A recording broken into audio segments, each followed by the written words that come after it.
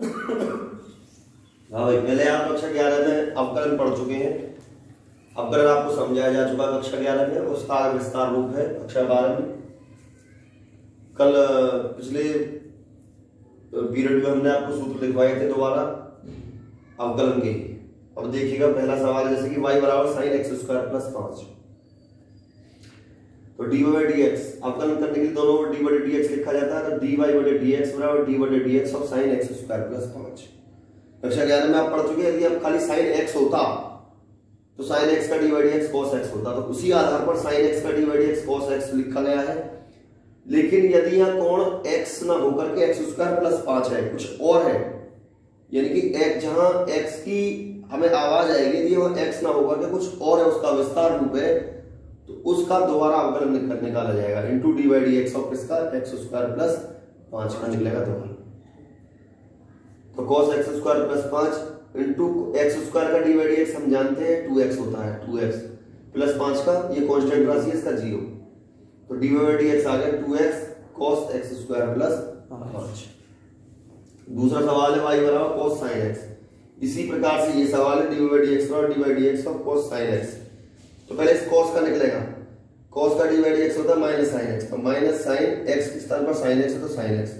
अभी मैंने बताया कि यदि यहाँ x ना होकर के कुछ अन्य और है तो उसका अगेन दोबारा ही अवकलन निकलेगा, तो into d by D x of sin x। तो डी बाई डी एक्स बराबर minus sin x into sin x का हो जाएगा cos x।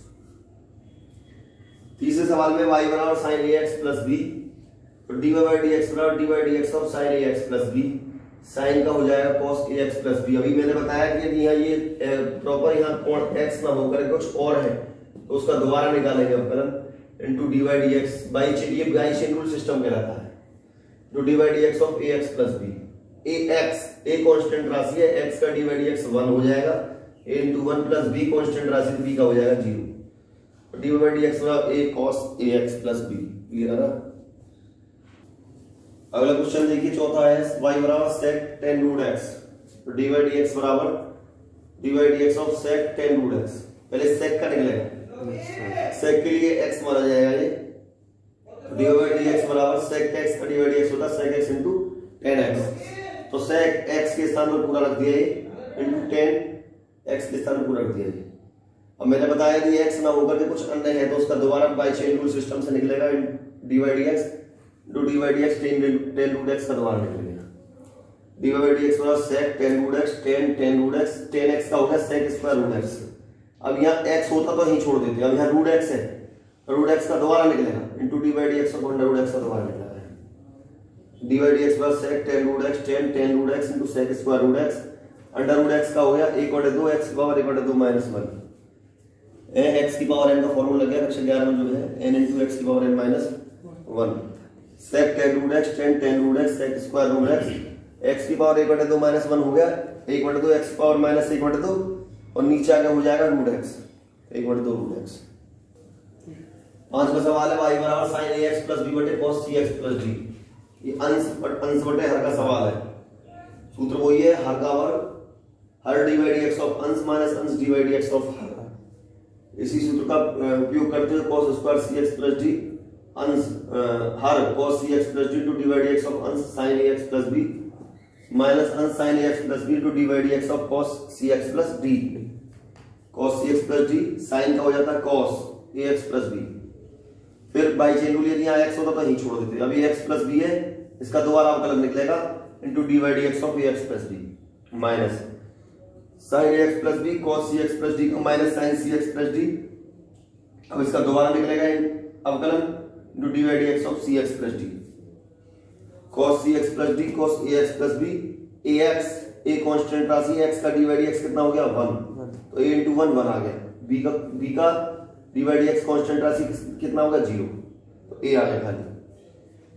Minus sign minus minus plus हो गया sin ax plus b sin cx plus d, ऐसे यहाँ cx है, c कांस्टेंट बाहर निकाला x का डी बाई डी एक्स 1, तो c एकम c हो गया और प्लस d का 0। यदि किसी कांस्टेंट राशि के साथ इनटू में x है तो x हट जाता है, खाली कांस्टेंट राशि रह जाती है, जैसे D by D x of ax का a,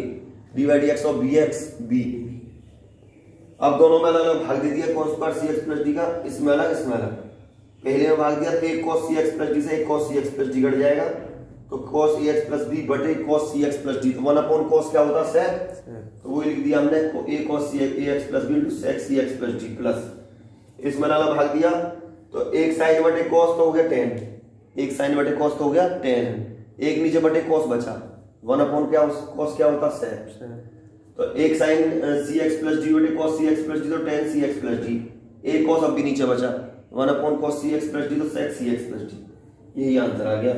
dy dx बराबर a cos cx plus b sec cx plus d plus sin ax plus b tan cx plus d into sec cx plus d, यहाँ c और लिखा हुआ है, ठीक है जी। y बराबर cos x की 3 sin स्क्वायर x की 5 first into second dy dx बराबर first function dy dx of second plus second function dy dx of first जो भी तो सेकंड का निकाला sin स्क्वायर x घात 5 का अवकलन निकालने के लिए पहले इसकी घात का निकालना पड़ेगा sin की घात का, और sin की घात का निकालेंगे हम x की घात n के फॉर्मूला से, dy dx ऑफ x की पावर n होता है n इंटू x की power n minus 1, 2 into sin की पावर 2 माइनस 1 इंटू x की घात 5, अभी पहले इसकी घात का निकला अब इसका sin का निकलेगा into dy dx of sin x की घात 5 प्लस sin स्क्वायर x की घात 5 cos का हो जाएगा dy dx minus sin x की घात 3, क्योंकि इसके ऊपर तो पावर है डायरेक्ट cos का निकलेगा, अब इंटू बाई चेन रूल किसका निकलेगा x की घात 3 का,